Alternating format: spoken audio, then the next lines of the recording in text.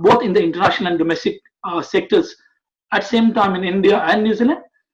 We are trying to focus on what are the learning and the opportunities on the global pandemic. Just want to give a brief for New Zealand. International education is the fifth largest sector, which contributes around $5 billion to New Zealand economy. Whereas if I see, it is around 45,000 jobs which are linked to the international education. Now, we are not talking about the domestic education side, that is a separate area. On the other hand, if you see India, India is the second largest source of students for New Zealand, and we are hoping that will be one of the largest sources in coming years. Whereas we see the imports from services of education sector towards Indian economy is around 500 billion, which is a very small amount, but it's a significant amount compared to the sector. Now, on the other hand, if I see the Deloitte's report, India education sector has been recognized as a sunrise sector, which means that it is a lot of capacity and improve in that sector.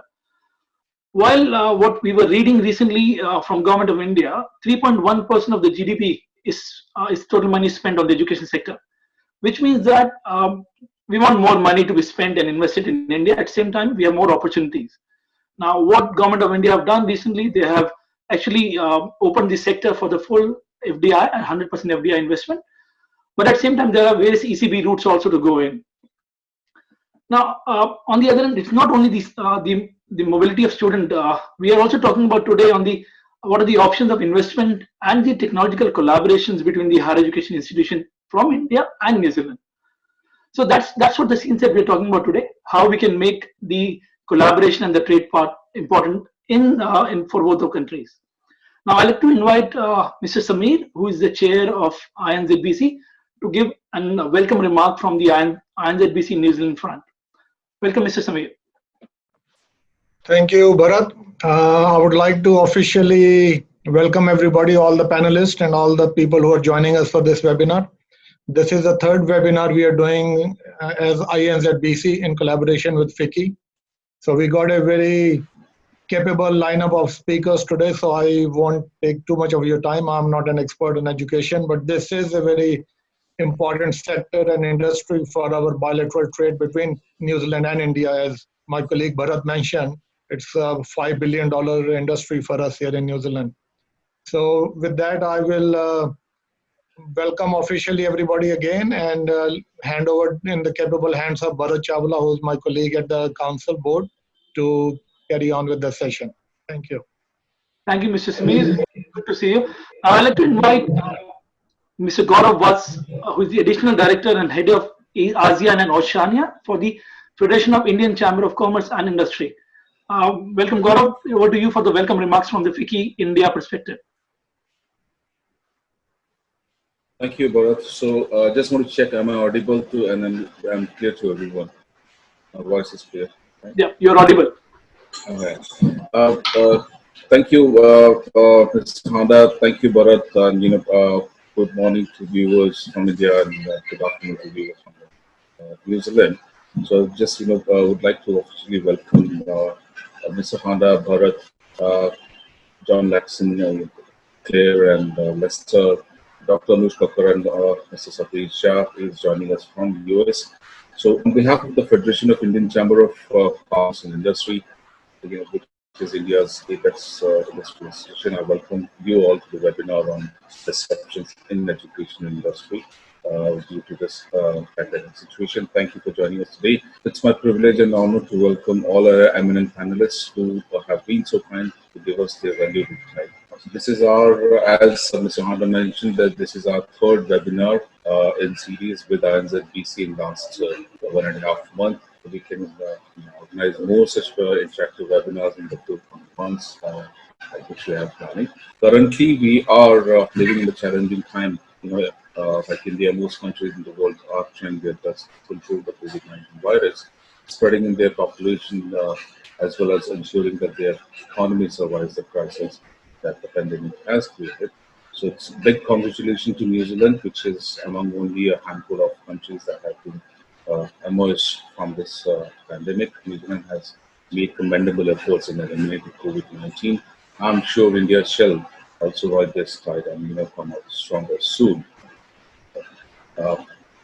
Once the economic partnership, as Bharat has given the overview, between India and New Zealand is an important part of multidimensional relationship, and education has always been one of the biggest growth driver for enhancing bilateral trade and investment relations between India and so India is New Zealand's second largest and the fastest growing source country for international students. So without so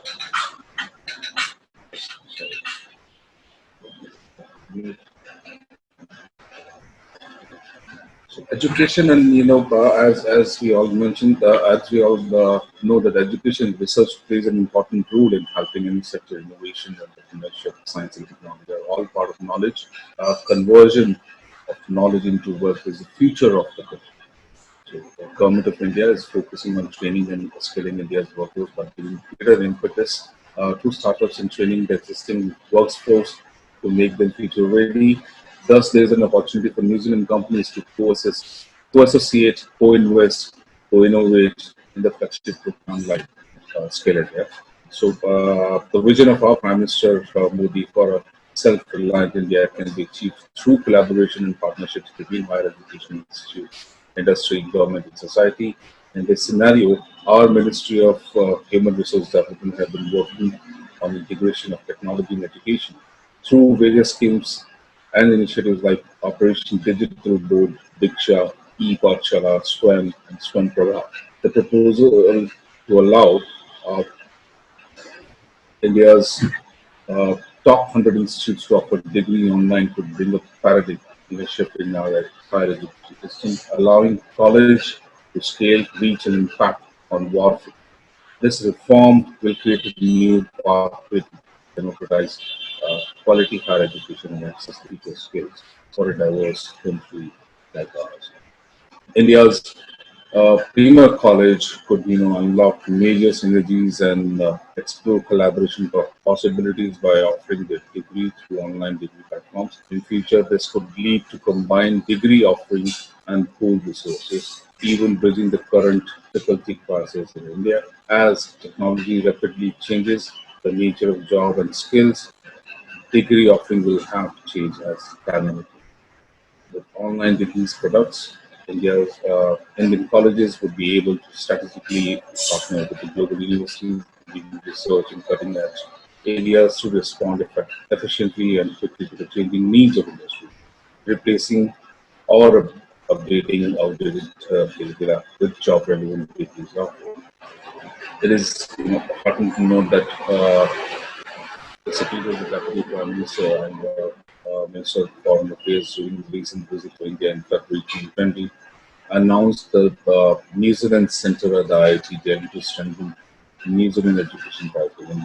India and New Zealand should invest in such knowledge partnerships and make the most of comprehensive. So with these words, I certainly hand it over to Bharat and looking forward to have a much more constructive and discussions. Thank you, Gaurav, for that. I know it. Yeah. Thank you, Gaurav, for your update and inputs. We'll be talking about more about how we can do the collaboration and all. But thank you for your welcome remarks. Now, I just want to, before I introduce all the panelists, I just want to remind everyone here that please ask your questions on a Q&A area panel at the Zoom app. Don't go on the chat box. It will be easier for us to go forward. Now, I'd like to introduce all the panelists from India and New Zealand who have joined the webinar with us. We'd like each panelist to present their thoughts about the current environment, what impact they are anticipating from the COVID-19, both in the specific of the delivery and the technology part, and how the partnership between both the countries can go forward. We'd like to invite Clare Bradley. Now, giving back, Clare is the Chief Executive for Aspire to International. She's the Deputy Chair for ITINS, which is Independent Tertiary Education New Zealand body. She's a lawyer from the background, and she has worked with the in-house legal for the various media entities. Now, Clare, up to you. It's 4 minutes from your end. Thank you for joining, Clare.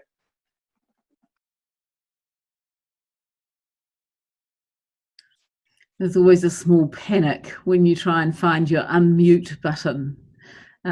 You'd think, given the number of Zoom calls we have all done in the last 8 to 10 weeks, that would almost be automatic.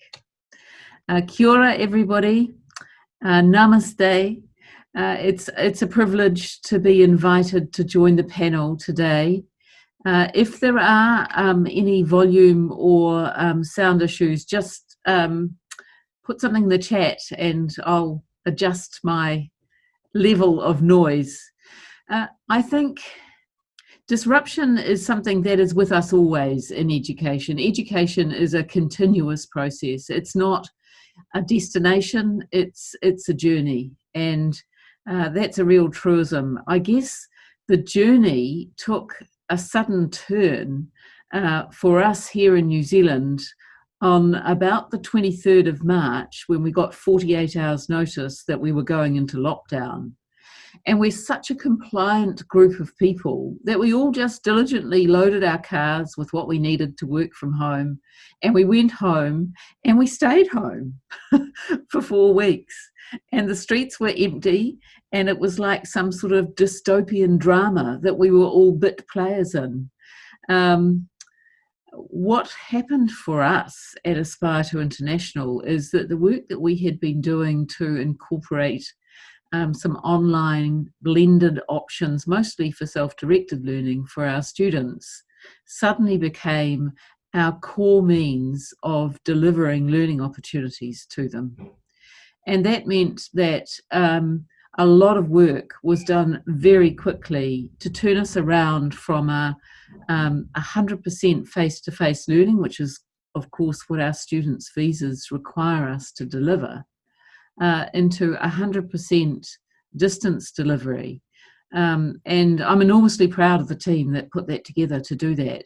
And I guess it just demonstrates that necessity really is the mother of invention. We can do anything if we have to.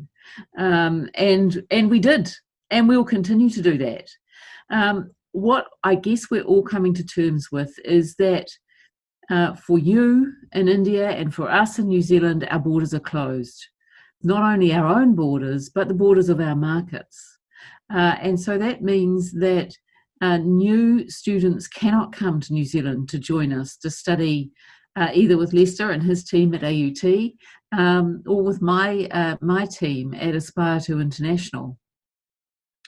But we need to keep everybody communicating, and communication is always key, but never more so than over the last 10 weeks or so. And I think hand in hand with communication is understanding. And it's fair to say that everybody's expectations, everybody's goals need to be reset for the immediate future.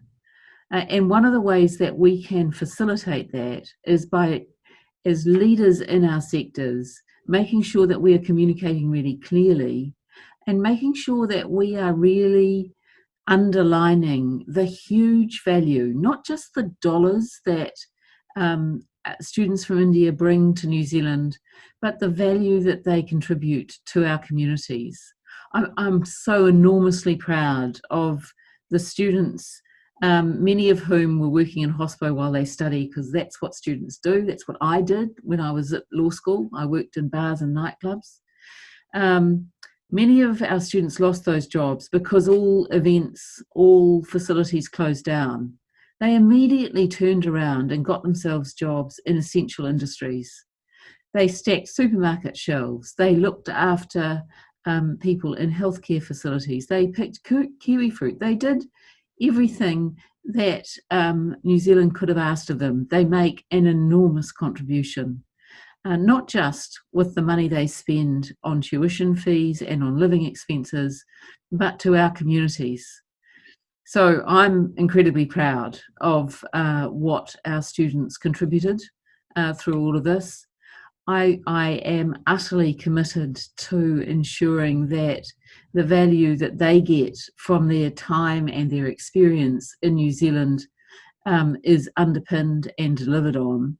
And I really want to look at some of the innovative ways that across the sector we're talking about maintaining that connection, maintaining those clear channels of communication, and providing opportunities for students to engage with us at a distance, using some of the technologies that we've employed in a way that we never thought we would have had to do or would have wanted to do. Discovering that, in fact, the engagement that you can get from an online experience can be incredibly valuable, often more valuable than meeting in large numbers, because the communication is more direct. So those are the things that I want to talk about. I mean, obviously here we are very much focused, given that we've managed to eliminate COVID to, you know, if we accept everything that we're being told, and we do, we want to open our borders safely to students as quickly as possible. We want to give them opportunities to travel safely here, to quarantine in a robust facility that doesn't put them at risk or our New Zealand communities at risk. We would love to see some of the direct travel options that have been employed to repatriate our people around the globe put into practice permanently, because that makes those travel options that much safer and that much easier for our students, rather than having to transit through other countries. So those are the sorts of things that we're looking at doing, providing some virtual opportunities for students to assess what their opportunities are in New Zealand, providing some offshore online engagement, part learning, part understanding, that we can provide to potential students so that they can get a really clear idea of what they can expect when eventually they can come to New Zealand. And this is a bit of a pointed remark for John, but we also need our government agencies to line up and to make sure that immigration settings and NZQA recognition of learning delivered offshore and online facilitates and supports those initiatives. So, yes. Thank you, Clare, We for know that, it's not because straightforward, but we are very focused on not just how we do it, but why we do it, and the value and the social license that we need from our communities on both sides of the ocean to make this happen. thank you, Clare, for the update. And I think I will be coming back to a couple of questions around the travel and various offshore delivery options also. It will be helpful from that end. Now, as you go forward, I'd like to invite Dr. Anuj Kacker, Executive Director and President of Aptech Limited, which is a household name in India, if I'm not wrong again. Dr. Kacker heads these business lines at Aptech Limited, both from India as well as international. He has been instrumental in making a homegrown brand, Aptech Limited, to a global entity. Dr. Kacker has proved his mettle in developing the business in countries across 4 continents. I know Vietnam, Africa, various ASEAN countries are coming in. He is active in many government, intergovernment, as well as trade bodies, including ASEAN, India Business Council, and FICCI and DCI. So over to you, Dr. Anuj. Thank you very much for joining today. Thank you, Bharat. I hope I'm audible, and I just want to thumbs up on that. Good morning to viewers in India, and good evening, good afternoon to people in other parts of the world. I extend my warm greetings to everyone here. Much has been written and spoken about the impact of the pandemic on the education industry. But given the erudite stature of the panel and the viewers, I think I will take all those million plus articles as read. I would therefore like to limit my remarks just to highlight a certain nuances of the impact as I see things, both in the immediate as well as more into the medium-term future. The general refrain of discussion so far of the effect of the pandemic on this industry has been limited to or focused on how the use of technology in the delivery process will somehow swarm the education system. But as all of us know, education is not only about remote delivery tools or web learning platforms or learning management systems. By itself, e-learning also is not something new. It has been around for at least 15 years. The benefits and also the limitations of this delivery methodology or EdTech, as the financial world likes to call it, have been researched over the years and are today well recognized. So it's important to understand which parts of this methodology will be accelerated in these times and which parts will in fact be impeded.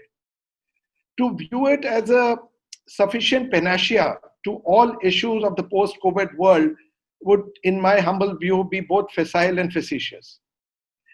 In my view, even calling it EdTech overemphasizes the technology aspect of the education process to the relative detriment of other key aspects like learner profiles, the learning objectives, the curricula, the assessment methodologies, the value of the credentials or the certification that the education provides, the student aspirations post the education, which in many cases is employability. It would only be a lazy strategist or someone who is in a tearing hurry to waste money who would ignore a more holistic evaluation of the impact. This is especially true of someone looking to tap into India's potential, given the mosaic of languages. Yeah, we have 23 of them officially, not counting the various combinations in which we normally converse. The variety of cultures, the socioeconomic strata, and also the different policies, priorities, and the resources of individual states as far as education is concerned. On the technology front, even before the pandemic, India has been applying itself to building capabilities, both at the government level as well as the individual company levels. At the government levels, there have been initiatives such as e.g. Chawla, which is a e-content repository. There is Swayam, which is online massively open courses. There is NEAT NEET, which is a government-private partnership on the use of high-end technology in education. But besides these, there are a number of progressive private education institutes in India have been investing in the use of artificial intelligence, augmented and virtual reality, and remote assessment and proctoring tools, which focus on building specific student outcomes. I think initiatives such as these are likely to get a huge boost in these times. The post-COVID world will also throw up new opportunities for international universities and education providers to access the huge mass of students in India, provided they understand the complexities of the country. The erstwhile focus of viewing India as merely a market to recruit students from can dramatically change. Of course, for those who would like to stick to the knitting, these could be enhanced by more twinning programs, more flights, more off-site delivery models, university-to-university collaborations. But in my view, we don't really require this seminar to discuss these obvious plain vanilla opportunities. Also, all these put together would still target just the tip of the social iceberg of India and constitute only a minuscule portion of the real potential that lies below the surface in India's tier 2 and tier 3 cities. One area I think education providers and investors from New Zealand should look at in the area is the area of skilling and employability. With the churn in jobs, which is inevitable post the pandemic, there will be a huge need to make people re-employable through reskilling as per the revised needs. Through partnerships with local Indian companies in this space who have proven credentials and reach into the interiors of India, investors and education providers from New Zealand could benefit in this likely upsurge. Companies and institutes from New Zealand could also look at partnering with some great startups and great platform developers who are working in this space and have good products with very viable business models. The company that I represent, which is Aptech, is in the informal education sector and has been building employability skills, mainly for the first-time job seekers for the last 3 decades, not only in India, but also in 30 other countries. Our geographical presence is largely in the developing and the underdeveloped world. Every year, we train about roughly 100,000 students in various domains worldwide. Our focus of training includes multimedia, animation, visual effects, gaming, digital media, of course, ICT, airport management, hospitality. So Aptech too looks forward to opening dialogues with some of you for mutual benefit. To conclude, I think what is clear is that as much as this pandemic will impact individuals adversely, it would also throw up many new opportunities for those who are willing to change. Thanks to India New Zealand Business Council and FICCI for putting together today's discussion and for inviting me. Thank you. Over to you, Bharat. Thank you, Dr. Anuj. And I can just add to that India has 610 universities, which includes all central universities, state deemed, and about 45 technical institutes. So technically, there's a lot of areas of improvement, and we're not counting here the other private institutes, plus about a lot of schooling sector which is coming on. Now, just going forward, now we have a key person in the event today, which is John Laxon. John is Regional Director, Asia for Education New Zealand. At the same time, what I want to add is that just sort of talking about John joined ENZ in 2014. He's responsible for leading Education New Zealand marketing and business development teams in taking New Zealand education experience to the world. He looks after the major markets of China, India, Indonesia, Japan, Malaysia, Philippines, Saudi Arabia, Southern Korea, Thailand, and Vietnam. Now that means that is 60% of New Zealand education is coming through John, and John have a lot of connections around it. So over to you, John. Now, thank you for joining from Singapore.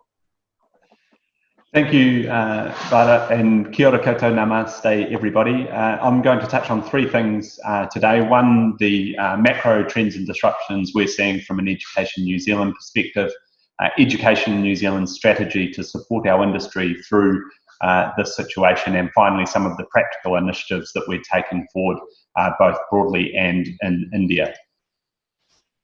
So hopefully that's coming up there. In terms of the immediate impacts, we're obviously all seeing in terms of student mobility, but we are also seeing some shifts in preference across source markets. And I think to some of the commentary earlier and some of the questions, we're seeing some findings around the role of online education as we go forward as well. So I'm just going to reference an IDP survey of 6,900 students, which was undertaken or published last month, of which the majority of students were from India. And that found that New Zealand was perceived as being the best ranked destination or major destination country, and also the safest country for students based on our COVID response. So what we're seeing there is a window of opportunity for New Zealand and for our New Zealand-India education relationships, which to Claire's earlier points requires us to coordinate our industry and government response as we go forward. We are also, it's early days, but we are also seeing, and again to the earlier comments, a preference amongst students for that international education experience persisting. So although they will be looking at online or deferring entry dates as a result of COVID, they are not looking at this stage to completely convert to online study. And I think that speaks to the points earlier around the role of international education in terms of providing a broader life experience for students going forward. Finally, we are seeing some shifts in terms of the way products and student pathways are being taken more closely to a student's starting point. So whether that's through blended options, digital guidance counselling, or through partnerships with local institutions, that's a shift that we expect to accelerate, and is something that we're suggesting our institutions pay attention to and invest in accordingly as well. In terms of ENZ strategy for the future, I guess our first priority has been to stabilise our sector and look after the students who are with us, so demonstrate that New Zealand spirit of manaakitanga. And there have been several initiatives, including a $1 million student hardship fund, accompanied by a range of other institutional support measures, a relaxation of a lot of our visa settings in terms of work rights and the likes to enable students to pick up opportunities that may be occurring in New Zealand, and a relaxation in many of our education regulations. So we recognise that New Zealand's position emerging from this situation will be determined by how well we treat our current students. So that's been a big focus for us. We are also looking, again to the earlier points, about how we can support our sector to transform and to add new delivery models and new ways of connecting into source markets. So there's been a $1.2 million future focus fund that's been established for our industries and peak bodies to look at how we can build online digital capability and establish more in-market infrastructure as well. And as a result of that, we look forward to regrowing as a high-quality destination for Indian and other students. And in the final minute, I'll just touch on a few of the practical initiatives that we've got underway at the moment. So again, to Claire's earlier point, there is a lot of work being undertaken between government agencies around how we can support the safe and sustainable re-entry of students. And we're hoping that following New Zealand's shift to level 1, that we'll be able to progress that work, although no timeframes have been established at this point. In the meantime, we are continuing to engage with agents. We recognise the critical role that agents and education counsellors play in continuing the conversation with students, particularly when our institutions can't travel to market. So we're establishing co-funding initiatives to support our counsellors and agents as well, and ensuring that we keep the communication lines open. There's been a whole range of activity happening, particularly within India, through our digital channels to maintain New Zealand's brand presence there, whether it's through webinars attended by thousands of students or hundreds of agents, virtual fairs and other training sessions that just help to bring the New Zealand study experience to the eyes of our Indian students or potential students. And finally, we see COVID-19 as really reinforcing our long-term India strategy. So that's looking at how we establish long-term infrastructure in India, whether it's through partnerships such as the IIT Delhi New Zealand Centre established earlier this year, or by getting more of our institutions and education providers with people on the ground in India, because we find that provides much more resilience for situations like this when we've got the ability to reach out to students and support them on a New Zealand pathway from afar. So that's my quick 4-minute wrap-up, Bharat, but happy to take any questions, and thanks once again for the opportunity to present. Thank you very much, John, for that insight. But I believe there'll be a lot of people looking for that. How's the collaboration and the investment partnership are going with Education New Zealand and the industry body in India? We'll be talking more on that. Now, next I want to invite Mr. Satish Jha, who is the CEO Edufront. Satish Jha is a principal of Ashcroft Sullivan Jha, a company founded by John Ashcroft, former Attorney General of the US in Bush administration. He is an investor in New England region and has invested in dozens of technology startups, some of them acquired by Walmart, GE, Gartner Group, amongst others. He's also served as advisor to Dr. Manmohan Singh, who is the former Prime Minister of India, and is at the South Commission in Geneva. He founded One Laptop, One Per Child India, which triggered interest in early education to the country. That's my favorite part. But thank you, Mr. Jha, for joining, and over to you. Thank you very much. I hope you can hear me. This is midnight, past midnight in the US, Boston. First, I must thank FICCI for inviting me over. I've been away from the country for quite some time, so it's good that you spotted me from somewhere.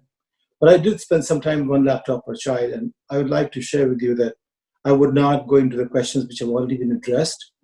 Let's look at what is interesting from the opportunity given to us at this point in time. Many things we are doing today.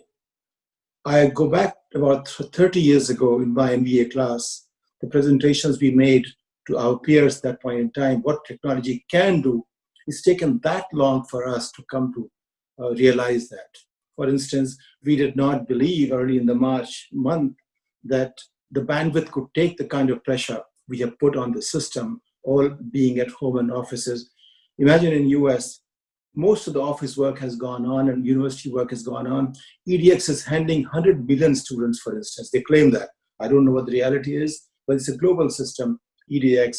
They have 100 million online students worldwide. Is it cumulative or is it current? I don't quite know, but it's a very recent MIT system. They're doing that.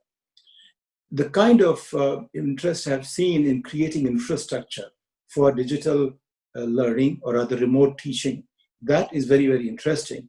Just like Anuj said, I mean, much of this is as part of our daily conversations. I like to look at it from this point of view. What is going to be the skill needed for the child who goes to the first class in 20 years time frame, 15 years time frame? Are we responding to that when we plan for primary school? Are we responding to that when we look at the college education? Is it, what is the kind of technology which country or world is going to use 5 years, 10 years, 15 years now? That's one question. One laptop per child, the kind of laptop they created sometime in 2005 and 6, it still remains a single piece of technology created at that point in time, which still doesn't have any comparable product, because it was not just a piece of hardware. It combined pedagogy, it combined software, had about possibilities of any school having 3 million books if they had about a few hundred laptops and so on and so forth. It created a whole ecosystem itself. In a way, a child could begin to learn and so on and so forth. My point will be these changes are happening. When it comes to looking at relationship with New Zealand has been very successful in creating a quality education system. Quality is one thing I think India has to begin focusing on.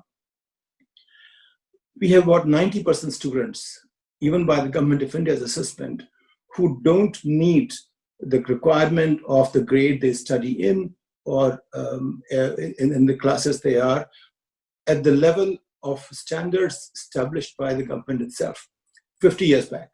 And these are the studies of the government or Pratham, whosoever has done that. This is where a collaboration could be great from my point of view. Consider this from New Zealand's point of view. If they adopted 100 villages or 1,000 villages in the first flush, and they looking at education remotely handled, where they can provide quality education to children. Now, they may pay forward in 1 or 2 years. Its impact can be phenomenal because currently India's focus is primarily in the tier 1, tier 2, tier 3 cities. People are not going beyond that because our mindset is currently busy with where it's most needed. But there is a silent India, below the radar India. That's where quality has to be improved. I think New Zealand has great opportunity to get into that space. I can also look at from the point of view of in technology space.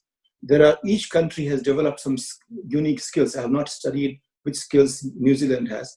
That's where they could begin to focus. For instance, US still contributes more than 90% of new technology development.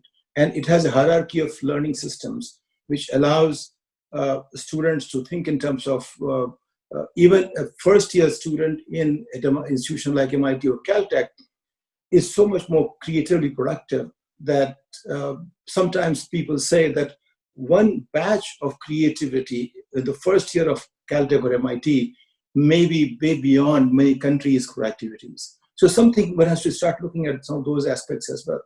So I would say from where I sit, learning and education, India has been actually in the education stage. My son was 7 years old when he woke me up to the whole notion of education and learning.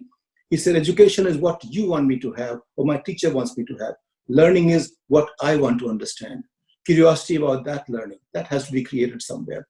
Now, if countries' partnerships can bring us together, that will be great.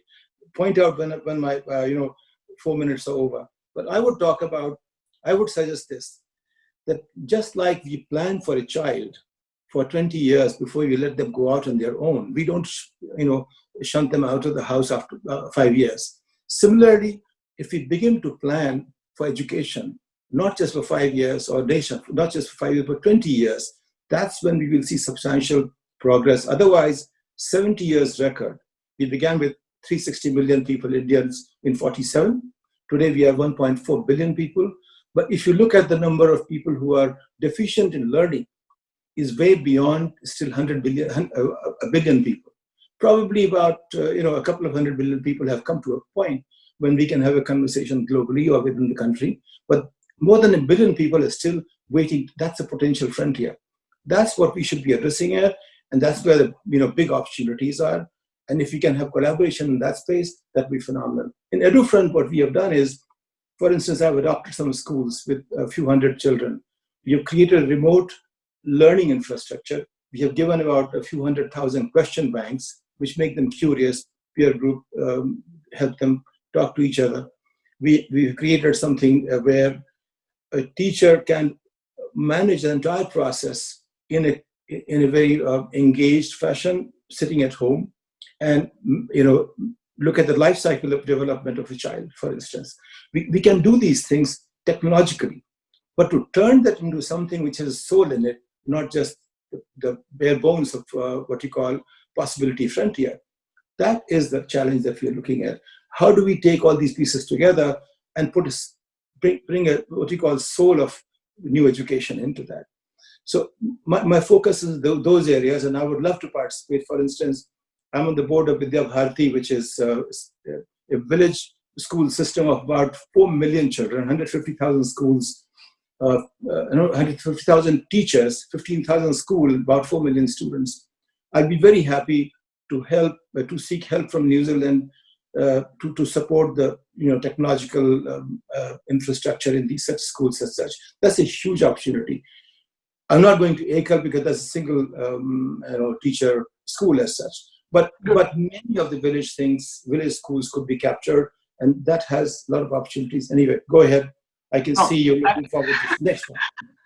No, thank you, Mr. Jha. And I totally agree with you. I was just adding to that, is like we have 150 million students only at the age of 18 to 23. And when I was talking to Mr. Jha earlier, if you go below that category of 10 to 17, we're talking about another 250 million odd people. Now, there is a lot of scope, and we know there's a long-term plan, like what John said. We're not going for a short-term plan. Now, before I talk more, we have Lester Khoo. I know university is a priority sector in everywhere. So Lester is Group Director, AUT International, Auckland University of Technology, one of the 8 universities in New Zealand. Lester is the Group Director at AUT, responsible for the international relationship, strategy, operations, business development across various regions. I can see Lester, there's a question for you already coming in, that how you can do the partnerships. Whereas Lester's lived in Australia and in most of the South Asian countries. So over to you, Lester. Thank you very much for joining today. Thank you, Bharat. And I've got my stopwatch on. Namaste and kia ora. I think one of the key things I'll talk about is the learnings and then the opportunities. In terms of the learnings for AUT, it was almost like an international education paralysis that we experienced. And it really shook us to the core, not just the university, but I think the whole industry. We were very fortunate that we had achieved our year targets for our India sort of market beginning of the year. That was important for us compared to what we had last year. But despite that, what we realized is that we had to scenario plan. We couldn't just simply be business as usual. The education that you learn at university was redundant once COVID-19 hit. So we had to scenario plan. We had to look at online learning. We had to look at the student experience. We knew the learnings we found out. We knew that the Indian students, they enjoyed that online experience, but they would not do that for too long. And you would have heard recently when the University of Cambridge announced recently that that would have all its online learning for next year. A lot of the Indian student feedback was quite negative. They want that face-to-face experience, and that's something that we're working towards, is the student experience. That's the heart of it. Put aside the revenue, put aside the sort of, I guess, the employability side of things. We do know that the Indian students go to New Zealand for that international education experience. They go for that international working experience as well, coupled with that post-study work visa. Right. So how do we change that narrative completely from just education to migration? Rather, I think some of the opportunities that we're looking at is how can we work with industry, not just within New Zealand, but within India. I was fortunate when I was in Chennai in November, and I met with Ananth Krishnan, who's the Chief Technology Officer for Tata Consulting. And he asked me a very probative question. The question was this: what is it that New Zealand has that India doesn't? And so it was a rhetorical question. And he said, for example, you're very good in your tourism offerings. You're very good in your filmmaking. Think about some of those things that you can offer to India rather than just taking.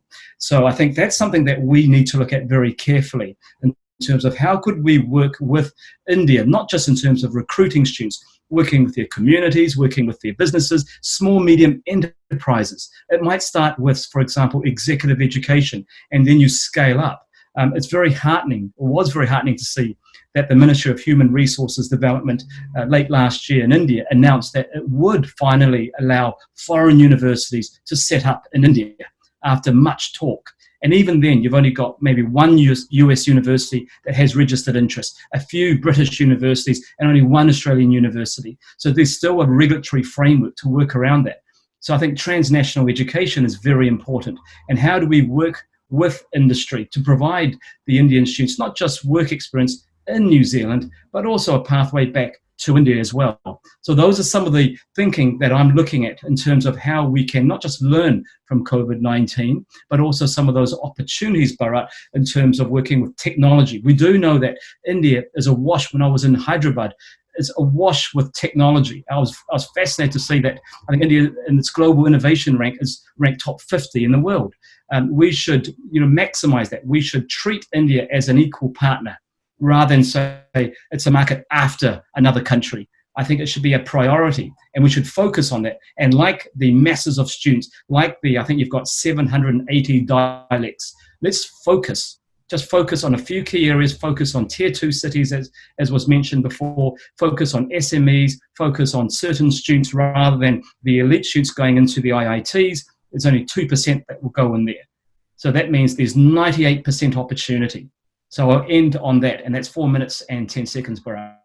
Thank you, Lester, for that. And I can see that where you're coming from. It's pretty good. So though we have less time coming now, I'm just starting the question and answer session here, and I can start with Lester, with you itself. That one of the questions that we have a university, Manipal University, Jaipur, has asked a question that we can start the student exchange program now immediately to avoid the border opening scenarios. Do you think that will be a area of something which AUT want to look into it, or other universities are looking at? I think student exchange is very important, and that's an area of growth for us. Student exchange, study abroad, and in fact, we are already doing virtual student exchanges and virtual study abroad. So that could start virtually rather than in person. Sure. I think, and same from John, from your perspective, do you think that the partnerships which is coming up, rather than opening a campus only, or because we don't see from Indian perspective that we don't have student exchange a lot when we compare to other North Asian countries, or we go to other ASEAN countries. What do you think on that? Yeah, I think that's definitely a priority for us. I mean, we talk about obviously the benefits that there are to New Zealand of bringing students to our shores. But one of the priorities that this government's established through the international education strategy is that we look to internationalise New Zealand and our counterpart countries as well. So to that end, whether it's supporting New Zealand students to head abroad through initiatives such as the Prime Minister's Scholarships for Asia, which includes India, or through supporting study abroad in other pathway programs to New Zealand. I mean, all of those avenues are ones that we're promoting because we recognise that it's in our long-term interest to make sure that we are reinvesting back into the India education relationship, and that's why we're very keen on supporting some of those institutional and mobility partnerships. I think thank you, John, on that. And I believe Gaurav was talking earlier about that we have options where we can bring the universities from India on the table together with the universities in New Zealand. I think that will be talked about in the later part of the event. I'll finish the event. On the other front, I just want to check with Dr. Kacker and Clare that what do you think about improving this skill India or the lower level qualification delivery in India? Do you think that is kind of a scenario or partnership will you like to see? Dr. Anuj, you first.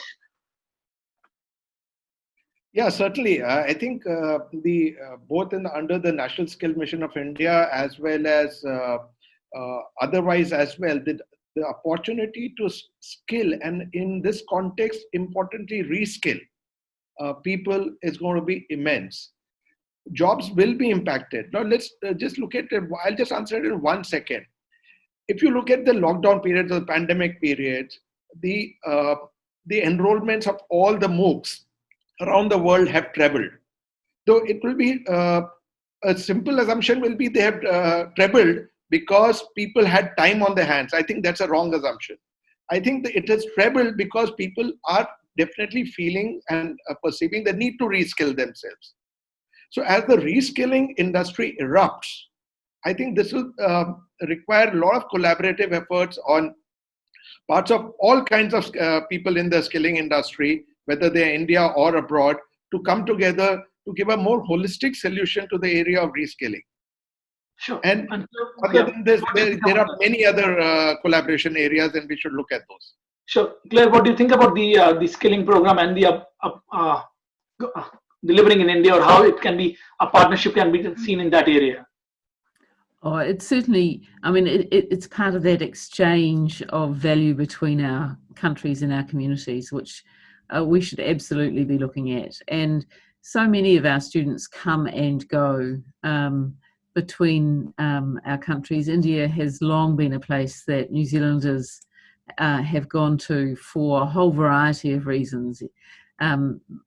Perhaps in the past, that education experience has been more spiritual than perhaps the acquisition of vocational or technical skills. But there's certainly a good tradition that we can build on there. Sure, thank you. Now the question to Mr. Jha and John about the schooling sector. I believe, Mr. Jha, you're working a lot bigger, in the bigger scale in the schooling sector and at the lower end of the sector. What do you think that we can work more from the New Zealand perspective, and what should be brought onto the table towards India? And the reason I'm saying that there is a lot bigger space to grow in that sector from the ENZ perspective also, because if I see the numbers, only 1% of students normally come to study to schooling sector from India, whereas we can go back and think things. Sorry, over to you. You see, remote teaching has, one thing it has done is, it has taken the cap off the system. You can actually reach out to not just a few thousand, but 1 million children, right? If you adopt a village, a typical average village in India has about 50 students in the primary school level, and there are 600,000 villages of that kind. So basically, just imagine how many 1 million students are basically involved in that. Adopt 100, create a brand name, talk about it. Now there is a greater desire from other villages coming into the picture. Imagine if you have 1 million students and you charge them just $2 a month, you're looking at $24 million, right? So you have to, someone has to plan it that way. Expenses are today quite maintainable, containable in the village context, because by now I can talk from experience that I have personally adopted a few schools. So if New Zealand took that perspective and created a brand name, that we can improve the primary school education, and that's a challenge for India because they can't get the teachers. 200,000 teachers, positions not filled in Bihar. 300,000 teacher positions not filled in UP. They can walk into that space right now. And that possibility over a period of 4 or 5 years can be $100 to $200 million opportunity if they pick up a couple of million children. And there are, as you know, 220 million children in K-12 space. So that's one very simple opportunity they have. All it requires is take the next step now. Yeah. John, what do you think about that? And how's ENZ thinking on this scenario? It's the 220 million odd numbers looking like. Yes, absolutely. We do have several education technology companies that are scaling up and taking either curriculum systems or education delivery to quite large numbers or millions of students abroad. So that could be one model that we could explore a partnership on. In terms of some of the more traditional school-to-school engagement, we have been running school counsellor training sessions between our New Zealand institutions and schools across India, whether it's in Dehradun or Mumbai or Delhi. So, and that has included familiarisation trips for counsellors within schools to come to New Zealand and experience the New Zealand school and tertiary system. So we are deliberately looking to increase our relationships with Indian secondary schools in particular. So if there are members of the audience who would like to pursue that, please do get in touch because we're doing a lot of work in that area at the moment. Thank you, John, on that. And Gaurav, what do you think about the partnership? How FICCI can add to this complete partnership modeling around it? Because we know we are the brand in terms of recruiting students from India as a New Zealand perspective. See, I fully agree with the fellow panelists that certainly it's a time as we need to go very fast on the partnership model, and how we can work together. FICCI and INZBC, certainly we have been doing these webinars, but the next step what I propose that we should come out with a particular webinar on the joint ventures, possible joint ventures between the institutes between India and New Zealand. And as Dr. Anuj Kacker and Mr. Jha pointed out about the tier 2 cities and the rural India. So these are the two topics that we certainly look forward to have a discussion on the joint ventures in our next webinar or the roundtable meeting between the institutes. That's my proposal immediately. Good. Thank you, Gaurav. Then let's say one question to you before we go to the last couple of questions. India want to become a regional education hub itself. What do you think that as a university, New Zealand can play a role there? Again, John, what do you think about that too? Same as Lester to you. Okay, sure. I think that sort of segues in from the last question as well, particularly in terms of, I think the key word is focus. Rather than trying to be everything to everyone, I think the key thing is focus. And I'll give you an example. When I went to Jaipur late last year, what sort of amazed me, apart from the natural beauty, there's a real sense of art, culture, innovation, music, design, culture. It was very impressive. And I visited some of the local schools and private and public universities. And one of the things I realized was, rather than trying to do the traditional, let's go for postgraduate. I mean, 3/4, if not 2/3 of our intake for most of the universities are postgraduate students, where in fact some of the opportunities are in the areas of undergraduate and even the sort of technical skills, as well as the school leaver. And specifically looking at areas like music or music therapy, for example. And one thing I would also say and acknowledge is the educational partners that play a part in it. We might call them educational agents. I prefer to call them educational partners. They play a very crucial role for us because they will provide some of that educational intelligence, that relationship, and follow up. And that's important. So that's a sort of very pragmatic type of approach I would take. And particularly if you're looking in the southern part of India, is where most of our catchment will come from. Good. Thank you, Listen. What do you think, John, about it? Do we think that we have more space to support the whole sector there? Because,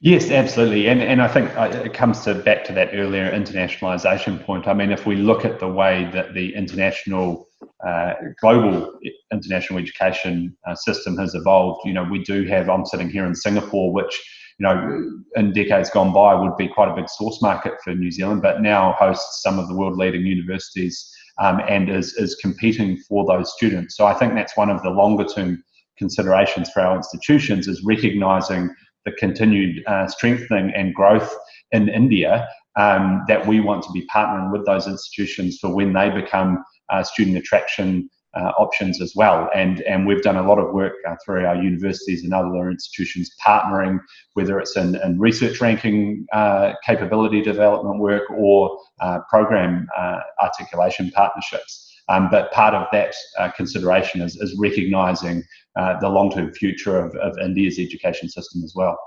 I think that's the important thing, because we, like China, there's a education recognition list, whereas India, we have not done anything yet on that, if I'm not wrong. Just a quick question from, I believe, from everyone who was present in this session today, that what about the aerial route between India and New Zealand? I believe, John, from your end, the Education New Zealand or the government agency end, and from Gaurav from FICCI, what support we can get and how fast we can be direct flight? A direct flight? Yes, that's all. We have had a direct flight now. Yeah, no, we have not. But it may have been a one-off. No, I mean, I think that's across our service export agencies, that's been a goal for a long time, is to see how we can support direct flights between India and New Zealand. I know Tourism New Zealand have been working very hard on this point, and I think it'll be a continuing discussion, and I'm sort of fairly optimistic sort of character when it comes to these things, that it will happen. It'll just be a case of when. Sure. And Gaurav, what do you think? Do you think FICCI can put some pressure on the Indian government side too on that? Though INZBC is putting a lot of support. No, I agree. I mean, it's not a question of pressure, that we have been putting a recommendation to the government of India and to the respective authorities over here on the, on the direct flight. Now, as you know, that we have been, doing it for the last 6 months, and we have done it, and we have had a good session on this, the possibility and how the business is going to improve when the minister was here in February in New Delhi. So certainly we are doing our all the means, and our all efforts are there to push this agenda forward. Good, thank you. And though just it's the time, I'll say thank you to all the panelists for joining today. It's I believe that this pandemic has opened a lot of doors which we can look into. Just to add from the FICCI and INZBC front that we are looking to have more further series between the universities and institutions in India or institution across New Zealand also, to make sure that how we can deliver more direct partnerships and more partnership where is a long-term approach, not a short-term approach. It's not only recruitment, delivering something in India back and forward and take the relation at a higher end. I'll just share the slides about INZBC so that if anybody won't have any questions or any queries, we are happy to get connected to FICCI or us. Look forward to meeting you at some time. Thank you very much, everyone. Thank you all very much.